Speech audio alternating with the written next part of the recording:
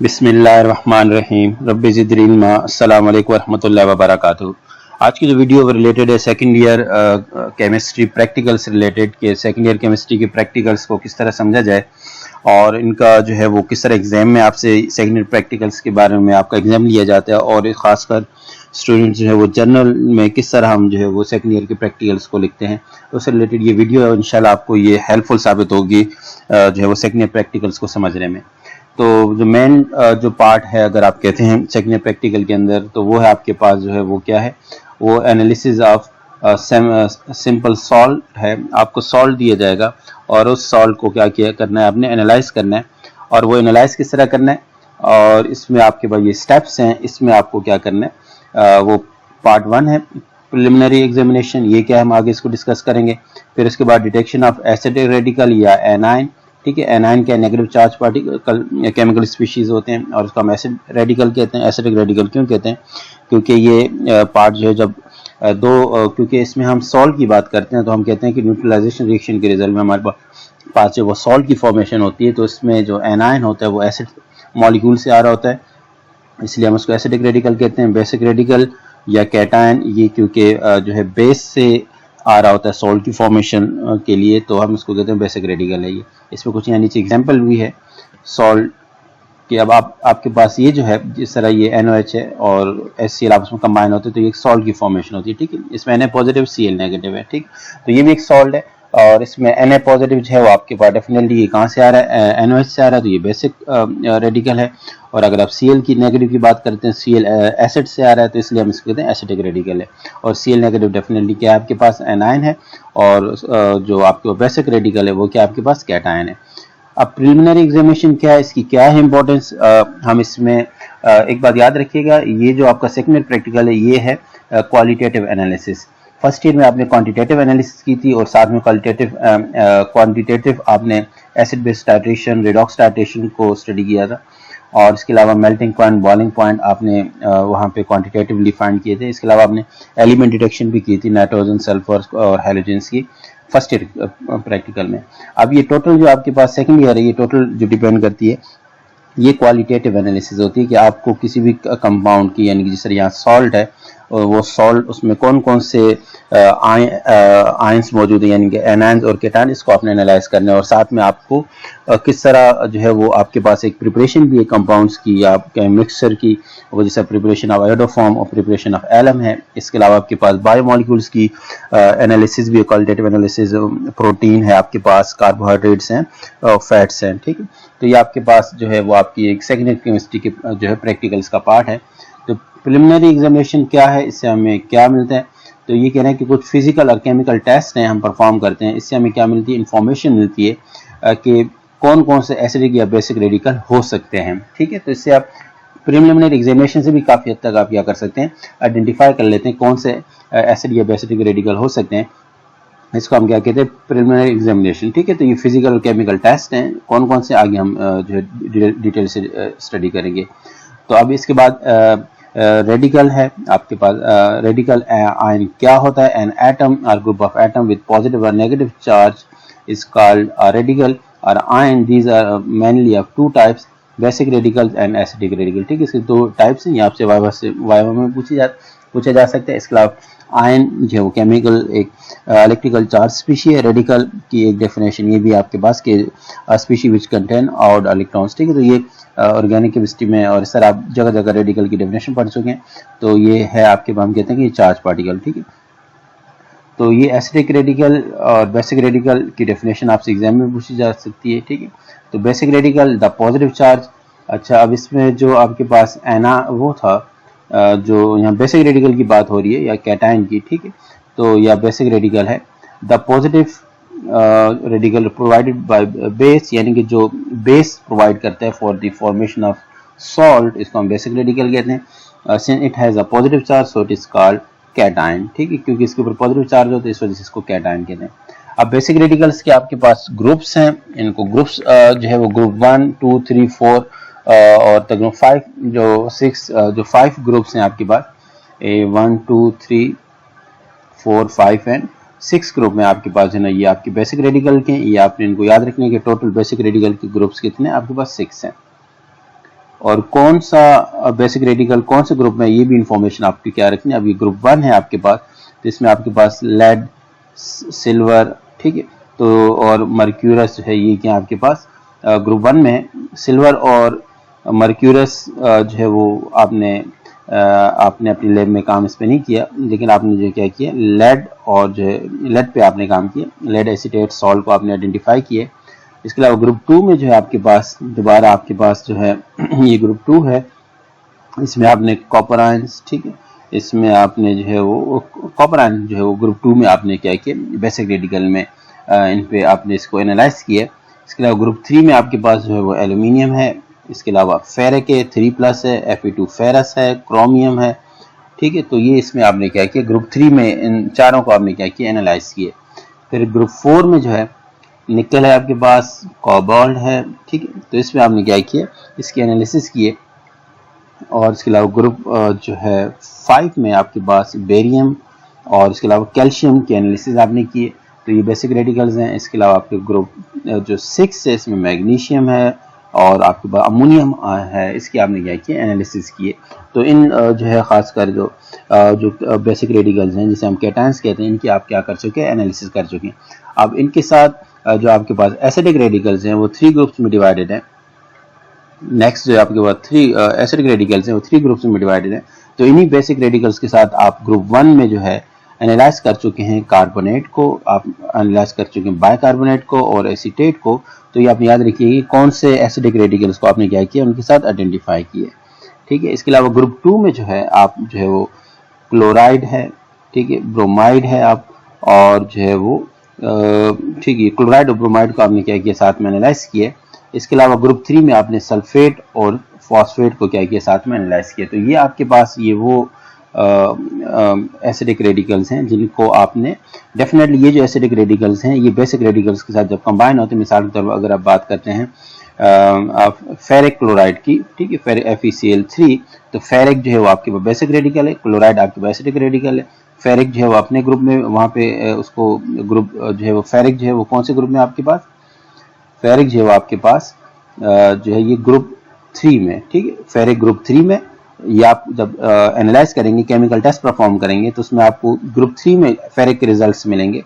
और जब आप एसिडिक रेडिकल की तरफ आएंगे तो आपके पास जब आप एनालिसिस करेंगे तो आपके पास जो सेकंड ग्रुप के अंदर जो क्लोराइड के रिजल्ट्स आएंगे, जब आप मुख्तलिफ केमिकल रिएजेंट्स जो हैं वो ऐड करेंगे ओरिजिनल सोल्यूशन के अंदर या सॉल्ट सोल्यूशन के अंदर, तो आपके पास क्लोराइड के रिजल्ट्स आएंगे।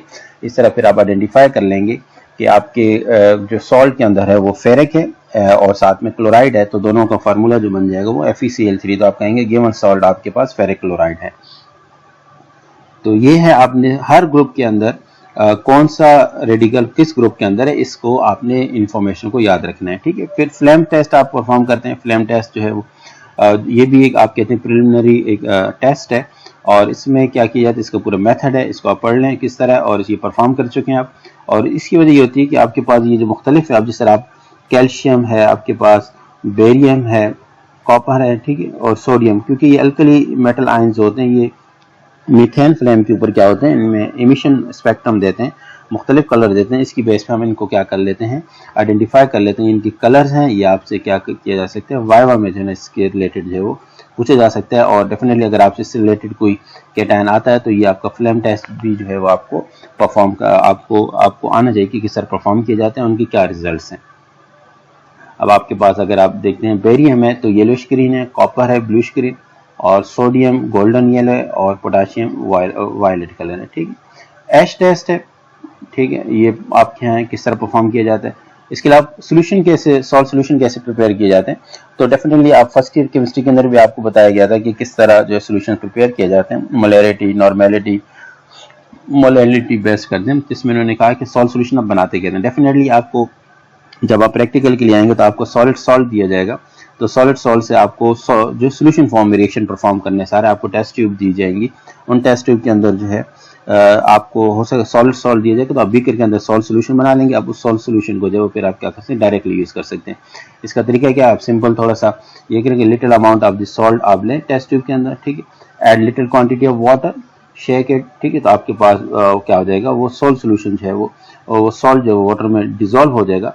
और अगर डिजोल्व हो गया और अगर मजीद उसमें डिजोल्व हो सकते तो आप उसमें मजीद जो है वो क्या कर सकते हैं, सॉल्ट ऐड कर सकते हैं। इस तरह आपके पास क्या हो जाएगा, और ये आप जगह जगह प्रैक्टिकल में देखेंगे कि आपके पास जो है वो क्या लिखा होगा, OS लिखा होगा। OS हमारा ये ओरिजिनल सोल्यूशन जो आपने प्रिपेयर किया।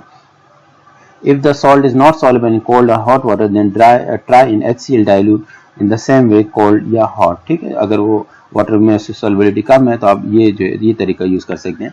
तो मोस्टली आपको सॉल्ट भी, सॉलिड सॉल्ट भी दिया जाएगा और साथ में उसका सॉल्ट सोल्यूशन भी बना के दिया जाएगा।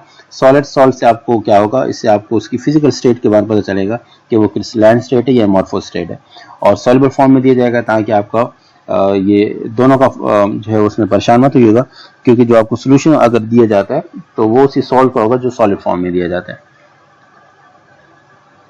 अब ये है प्रिलिमिनरी टेस्ट जो है वो पेज नंबर 12 है आपके पास। अब इसमें आप देखिएगा कि आपके पास जो है वो आपने क्या करना है, जब आपके पास अगर जर्नल आपने खरीद लिया है, उस जर्नल के अंदर आपने देखना है कि एक्सपेरिमेंट, ऑब्जर्वेशन, इन्फ्रेंस और फोर्थ कॉलम होगा वो इक्वेशन का होगा। ठीक है, वो आपके पास कॉलम ऑलरेडी बने हो तो ठीक है, वरना आपको ये क्या करना है, ये कॉलम्स आपको 1, 2, 3 और 4 कॉलम्स आप ड्रॉ करेंगे, उनमें हेडिंग डालें एक्सपेरिमेंट, ऑब्जर्वेशन, इन्फ्रेंस। ठीक है, सबसे पहले आपको सॉल्व दिया जाएगा। तो जब आपको सॉल्व दिया जाए तो उसमें आपने देखना होगा कि उसका कलर क्या है। कलर से आपको आइडेंटिफाई होगा, आपके पास कलर जो है वो अगर वो ब्लू कलर का आ रहा है, ठीक है, ब्लू कलर आपके पास आ रहा है तो आप कहेंगे कि मे बी कॉपर और कोबाल्ट। ठीक है, एनहाइड्रस सी आपके पास ब्लू कलर में आ जाता है। ठीक है, तो ये आपने क्या किया, ऑब्जर्वेशन लिख ली, कलर इसमें आपका ब्लू आ रहा है ऑब्जर्वेशन उसकी, और मे बी कॉपर या कोबाल्ट। ठीक है, ये काम आपने कर लिया। फिर उसके बाद आप स्टेट पे जाएंगे। अब डेफिनेटली आपके पास जो आगे क्रिस्टलाइन स्टेट आ गई। क्रिस्टलाइन स्टेट का कैसे पता चलता है कि आप थोड़ा सा सॉल्ट अगर आप थंब के ऊपर लें तो उसको, अगर आप वो पाम के ऊपर लें, हथेली के ऊपर, तो उसको थोड़ा सा रब करें तो आपको उसकी चुभन महसूस होगी, तो इससे पता चलेगा वो क्रिस्टलाइन है। और इसकी एग्जाम्पल हमारे पास टेबल सॉल्ट है, घर में यूज करते हैं, इसके अलावा शुगर है, वो सब जो है ना क्रिस्टलाइन स्टेट में होती है। ठीक है, तो अगर आप उस सॉल्ट को वैसे यानी परफॉर्म करें तो आप थोड़ा सा टेबल सॉल्ट लें, अपनी जो आप हथेली के ऊपर रखें उसको रब करें तो आपको उसकी जो है वो नीडल लाइक जो कॉर्नर से वो आपको क्या करेंगे, चुभेंगे। तो इसमें अगर क्रिस्टलाइन स्टेट है तो डेफिनेटली यहाँ पे आपने कहा कि कॉपर या कोबाल्ट हो सकता है, तो इसमें आपके पास चांसेस हैं, क्या हो सकता है, या तो क्लोराइड होगा उसके साथ, ठीक है, या फिर जो है इसमें ये पॉसिबिलिटी है कि इनमें से कोई से भी जो है वो जो है वो क्या हो सकता है, ये जो है वो आपके पास एनायन और केटायन उसके साथ हो सकते हैं। ठीक है, तो इसमें आपके पास क्लोराइड, ब्रोमाइड, आयोडाइड, सल्फेट और नाइट्रेट जो है, इनमें से जो आपके पास जो एसिडिक रेडिकल है ये हो सकते हैं। ये पॉसिबिलिटी आपने सेकंड उसमें लिख लिया स्टेट के अंदर। ठीक है, फिर आपके पास जो है वो अगर ऑर्डर है तो उसमें आप चेक करेंगे, अगर इनमें से कोई ऑर्डर आ रही तो आप वो उसमें, अगर ऑर्डर लेस है तो आप इसको छोड़ देंगे। ठीक है, फिर अगर फ्लेम टेस्ट रिक्वायर्ड है, अगर आपको टीचर गाइड करता है तो आप उसमें फ्लेम टेस्ट परफॉर्म कर लीजिए, अगर नहीं है तो आप उसको छोड़ दें। एश टेस्ट है, इसमें भी आपके पास ये टीचर अगर गाइड करते हैं। सॉल्युबिलिटी आप चेक कर सकते हैं। सॉल्युबिलिटी चेक करने का तरीका क्या है कि आप थोड़ा सॉल्ट लेंगे, उसमें टेस्ट ट्यूब में लेंगे, टेस्ट ट्यूब में आप थोड़ा सा सॉल्ट लें, उसमें आप वाटर ऐड करें, अगर वो सॉल्युबल हो जाता है तो इसका मतलब जो है उनमें से कोई से ये या ये हो सकते हैं, इसमें ये आयंस मौजूद हो सकते हैं। ठीक है, एक्सेप्ट इनके, और सल्फेट हो सकते हैं, एक्सेप्ट ये जो आपके केटायन इनके अलावा जो है इसमें सल्फेट हो सकते हैं, और ये हैलाइड हो सकते हैं लेकिन इन कैटायंस के नहीं हो सकते। इसके अलावा सल्फेट हो सकते हैं लेकिन इन कैटायंस के नहीं हो सकते। तो अगर वो इनसॉल्युबल है तो इनमें से कार्बोनेट हो सकते हैं, फॉस्फेट हो सकते हैं, ऑक्सिलेट हो सकता है, सिवाय इन अल्कली मेटल आयंस के और अमोनियम आयंस के। ठीक, क्योंकि ये सॉल्युबल होते हैं इनके, तो एक्सेप्ट, तो ये आप उसमें लिखना होगा, डिपेंड करना होगा आपको कि सॉल्युबिलिटी सॉल्युबल इन वाटर में है या नहीं। तो अगर आप देखें तो आप एक सॉल्ट की एनालिसिस कर रहे हैं और इसमें आप किस तरह चेक करें कि आपने कलर को देखा, ब्लू कलर है तो आपके पास ये है, अगर स्टेट देख क्रिस्टलाइन है तो आपको ये। तो जब भी कोई सॉल्ट आपको क्रिस्टलाइन होगा तो उसमें आपको ये इंफॉर्मेशन आपको जरूर लिखनी होगी। और अगर जो ही कलर चेंज हो जाएगा तो उसके मुताबिक आपने क्या लिखना होगा कि इसमें अगर जिस तरह अगर लाइट पिंक है तो आप कहेंगे may be Mn+2+ manganese ion, और अगर ब्राइट ग्रीन है तो आप कहेंगे कि मे बी क्रोमियम, अगर लाइट ग्रीन है तो मे बी निकल। ठीक है, ये इसमें पॉसिबिलिटी कि आपको सॉल्ट किस तरह का दिया जाता है, ये लिख लिया आपने। फिर उसके बाद आप आगे जा रहे हैं सेकंड बाब। अब यहाँ पे आपके पास क्या है कि आपके पास जो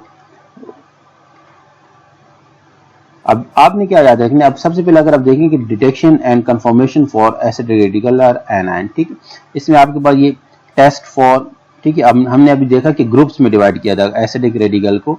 एसिडिक रेडिकल के कितने ग्रुप्स है, 3 ग्रुप्स हैं, अभी हमने देखा, ये सेकंड ग्रुप है आपके पास, ठीक है, फिर उसके बाद क्या है, ये थर्ड ग्रुप है, तीसरा ग्रुप है आपके पास, ठीक।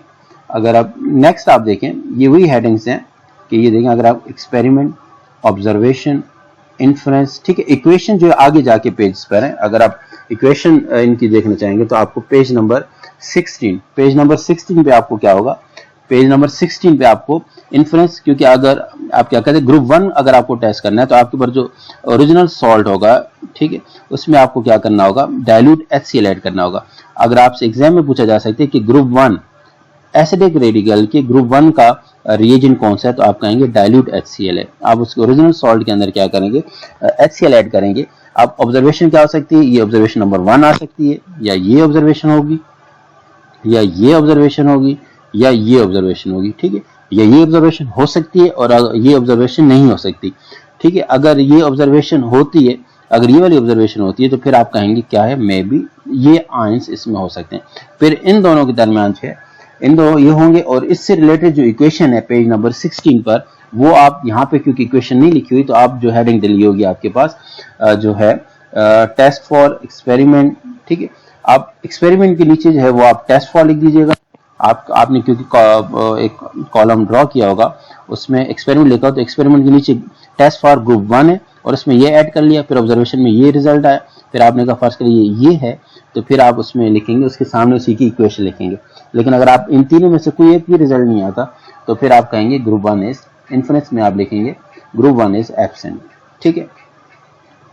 तो इसके बाद नेक्स्ट है, और अब फर्ज कर लेते हैं हमारे पास कि फिर ग्रुप 2 में आप जाएंगे। ग्रुप 2 में आपने क्या करना है, वो जो ओरिजिनल सॉल्ट होगा उसको, उसमें आपने क्या कंसंट्रेटेड H2SO4 ऐड करना है, ठीक है। अब उनमें से या तो ये ऑब्जर्वेशन आपके पास आएगी, या ये ऑब्जर्वेशन आएगी, या ये ऑब्जर्वेशन आएगी, ठीक है, या ये ऑब्जर्वेशन आएगी। तो इन 1 2 3 4, तो ग्रुप 2 के केस में जब ये आप ऐड करेंगे तो उसमें 4 पॉसिबिलिटीज हैं, 4 ऑब्जर्वेशन, 1 2 3 4। क्यों? क्योंकि या तो क्लोराइड हो सकता है उसमें, या ब्रोमाइड हो सकता है, या फिर आपके पास आयोडाइड हो सकता है, या आपके पास नाइट्रेट हो सकता है, ठीक है। तो इनमें से जो भी ऑब्जर्वेशन आएगी उसी की बेस पे आप आगे जाएंगे, इसी में आप क्या करेंगे, इसको प्रोसीड करते जाएंगे। फिर इसमें नेक्स्ट आपके पास एक टेस्ट आप परफॉर्म करेंगे, ठीक है। इसमें इन्होंने बता दिया कि add HNO3 dilute in silver nitrate to salt solution, दोबारा एक नया सोल्यूशन बीकर मिलेंगे और ब्यूरेट मिलेंगे, और उसमें आपके पास क्या आ जाएंगे, व्हाइट प्रेसिपिटेट आ जाएंगे। तो व्हाइट प्रेसिपिटेट आएंगे तो उसमें क्या चांसेस है, क्लोराइड जो आपने उसको कंफर्म कर लिया, ठीक है। तो ये उसी में आप देखें दोबारा उसी के नीचे ये देखो एक्सपेरिमेंट है, ये वाला एक्सपेरिमेंट और ये एक्सपेरिमेंट, ठीक है, उसी के नीचे आप इसको क्या करते जाएंगे, लिखते जाएंगे। फिर ऑब्जर्वेशन करेंगे, ये वाली ऑब्जर्वेशन इसी के नीचे आएगी, इसी के नीचे, ठीक है, जब आप प्रैक्टिकल लिखेंगे। और इन्फ्रेंस कहेंगे, डेफिनेटली क्लोराइड है, और उसके सामने जो कॉलम होगा, इक्वेशन होगी, उसमें आपने इसी की इक्वेशन पेज नंबर 16 पे लिखी हुई है, वो आप उसमें उसके सामने लिख देंगे। फिर अगर आपको थर्ड एक्सपेरिमेंट, अब देखिए एक पहला एक्सपेरिमेंट, दूसरा एक्सपेरिमेंट और तीसरा एक्सपेरिमेंट, ये उसी एक दूसरे के नीचे एक्सपेरिमेंट नंबर 1 में आप ये एक्सपेरिमेंट लिखेंगे, ठीक है, फिर उसके नीचे फिर ये एक्सपेरिमेंट नंबर 2, फिर एक्सपेरिमेंट नंबर 3, लेकिन उसके आगे जो रिजल्ट्स होंगे वो सारी इंफॉर्मेशन आपको लिखनी होगी। फिर अगर आप उसका नेक्स्ट कंफर्मेटरी टेस्ट करना चाहते हैं तो आप ये जो अगर आपका टेस्ट आप कॉलेज में करवाया गया तो आप ये टेस्ट परफॉर्म करेंगे, उसके बाद आपके पास ये रिजल्ट आना चाहिए, ये रिजल्ट आ जाएगा तो क्लोराइड क्या हो जाएगा, कंफर्म होगा। एक बार याद रखिएगा, एसिडिक बेसिक रेडिकल में दोनों केसेस में आपके पास हर रेडिकल के कंफर्मेटरी टेस्ट होगा, एक हो सकते हैं या 2 हो सकते हैं, जो आपको कॉलेज में करवाया गया उसके मुताबिक आपको क्या करना है, इसको याद रखना है। ये तो अब आप कहेंगे क्लोराइड के केस में इन्फॉर्मेशन हमने इसको क्या किया, परफॉर्म किया है, इसके बारे में आपको मैं गाइडेंस करें। अब अगर फर्ज कर लेते हैं कि ग्रुप 2 और ग्रुप 1 में से कोई से भी आयन जो है वो मौजूद नहीं है और ये कोई रिजल्ट आपके पास नहीं आता, तो आप कहेंगे कि आप इसमें इन्फ्रेंस जो है आपके पास है, आप कहेंगे पहले इसमें लिखा ग्रुप 1 इज एब्सेंट, फिर ग्रुप 2 इज एब्सेंट, फिर आप ग्रुप 3 के लिए आप जाएंगे, ठीक है। तो ग्रुप 3 आपके पास में आपके पास जो ग्रुप 3 है ये है ग्रुप 3 आपके पास, ठीक है। ग्रुप 3 में आपके पास जो रिएजेंट आपने बेरियम क्लोराइड सॉल्यूशन ऐड करना है, इसमें आपके पास व्हाइट प्रेसिपिटेट आएंगे, और ये आपके पास 2 पॉसिबिलिटी हो सकती है कि या तो इसमें सल्फेट होगा या इसमें फॉस्फेट होगा। फिर आपने इसमें HCl डाइल्यूट व्हाइट प्रेसिपिटेट में ऐड करना है, अगर वो व्हाइट प्रेसिपिटेट इनसॉल्युबल, ठीक है, इनसॉल्युबल हुए तो आपके पास जो है ना वो क्या हो जाएगा, सल्फेट कंफर्म हो जाएगा। फिर आप इसकी CT यहाँ लिखा हुआ है, कंफर्मेटरी टेस्ट लिखा हुआ है यहाँ पे, ठीक है। तो नेक्स्ट एक्सपेरिमेंट फिर दोबारा परफॉर्म करेंगे। देखो ऊपर हेडिंग अगर आप देखेंगे तो ये एक्सपेरिमेंट की, दोबारा एक्सपेरिमेंट, फिर ऑब्जर्वेशन आएगी।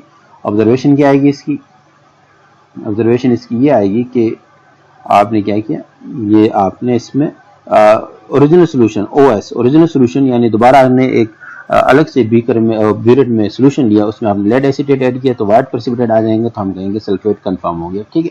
तो ये आपने देखा कि इसमें आपने एसिडिक रेडिकल को जो है वो क्या किया, आइडेंटिफाई करना और उसको लिखना जो है वो समझा है। तो जो ग्रुप आपके पास प्रेजेंट हो जाएगा, अगर आपका पहला ही रिजल्ट जो है वो यहाँ पे फर्स्ट के लिए आपके पास क्या आया, ग्रुप 1 में आपने ये ऐड किया, आपके पास ये रिजल्ट आ गए, फिर उसमें कार्बोनेट बाइकार्बोनेट, उसमें से आपको पता चला ये टेस्ट आपने परफॉर्म किया तो सॉल्ट इनसॉल्युबल है, उसमें आपके पास कार्बोनेट आ गया, ठीक है। तो ये आपके पास क्या हो जाएगा, यहाँ पे आप कहेंगे ग्रुप 1 और ये सब कुछ, तो इसमें आप इक्वेशन उसकी लिख देंगे। तो इसमें आप जो फर्दर मजीद टेस्ट परफॉर्म करने की जरूरत नहीं है। अगर आपके पास कार्बोनेट जो है वो ग्रुप 1 का एसिडिक रेडिकल अगर वो आपके एक्सपेरिमेंट में आ जाता है तो फिर आपको फर्दर एसिडिक रेडिकल के ग्रुप 2 ग्रुप 3 को परफॉर्म करने की जरूरत नहीं है, ठीक है। तो ये बात उम्मीद है आपको समझ में आ गई होगी। तो इस वीडियो में हम यहाँ तक एसिडिक रेडिकल तक रखते हैं, फिर नेक्स्ट वीडियो के अंदर हम क्या करते हैं, बेसिक रेडिकल पे काम करेंगे और बायोमॉलिक्यूल्स और आयोडोफॉर्म और प्रिपरेशन ऑफ एलम के बारे में हम मालूमात हासिल करेंगे। अपनी दुआ में याद रखिएगा। अस्सलाम वालेकुम रहमतुल्लाहि व बरकातुहू। अल्लाह हाफिज़।